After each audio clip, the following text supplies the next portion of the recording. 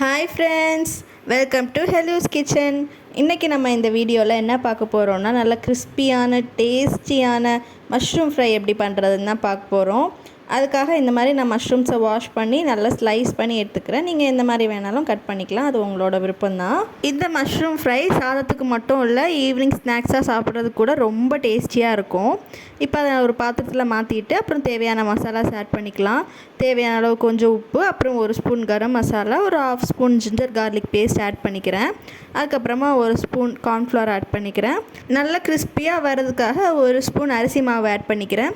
அப்புறம் 1 ஸ்பூன் கடலை மாவு ஆட் பண்ணிக்கிறேன். இதை நல்லா இப்போ மிக்ஸ் பண்ணிக்கலாம். நான் தண்ணி எதுவுமே விடல, தண்ணி எதுவும் விடாமல் எல்லா மசாலாவும் அந்த மஷ்ரூம்ஸில் கோட் ஆகிற மாதிரி நல்லா ஃபஸ்ட்டு மிக்ஸ் பண்ணிக்கிறேன்.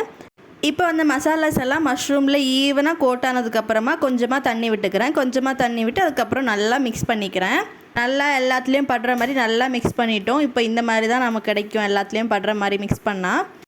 இப்போ ஃப்ரையிங் பேனை நல்லா காய வச்சுட்டு ஃப்ரையிங் பேன் நல்லா காஞ்சதும் ஆயில் விட்டுக்கலாம். ஆயில் நல்லா சூடானதுக்கப்புறமா நம்ம மிக்ஸ் பண்ணி வச்சுருக்க மஷ்ரூம்ஸை ஒவ்வொன்றா ஆயிலில் போட்டு நல்லா டீப் ஃப்ரை பண்ணிக்கலாம். நான் கொஞ்சமாக தான் ஆயில் விட்டுருக்கேன், உங்களுக்கு வேணால் நீங்கள் நிறைய ஆயில் கூட விட்டுக்கலாம். கருவேப்பிலை வேணால் போட்டுக்கோங்க, நான் போடல, நான் நார்மலாக தான் ஃப்ரை பண்ணி எடுக்கிறேன்.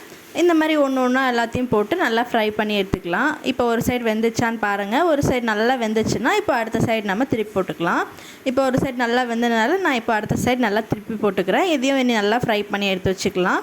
ஸ்லோவில் வச்சு நான் நல்லா வேக வைக்கிறேன். இப்போ பார்த்தீங்கன்னா தெரியும், உங்களுக்கு 2 சைடுமே நல்லா வெந்துடுச்சு. நம்ம டேஸ்டியான கிறிஸ்பியான மஷ்ரூம் ஃப்ரை சாப்பிட ரெடி ஆயிடுச்சுங்க.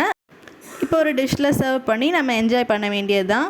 இது கூட கெச்சப் வச்சு சாப்பிட்டா இன்னும் ரொம்ப டேஸ்டியாக இருக்கும். மஷ்ரூம் பிடிக்காதவங்களுக்கு கூட இந்த மாதிரி செஞ்சு கொடுத்தீங்கன்னா ரொம்ப விரும்பி சாப்பிடுவாங்க. நீங்களும் ஒரு நாள் ட்ரை பண்ணி பாருங்கள்.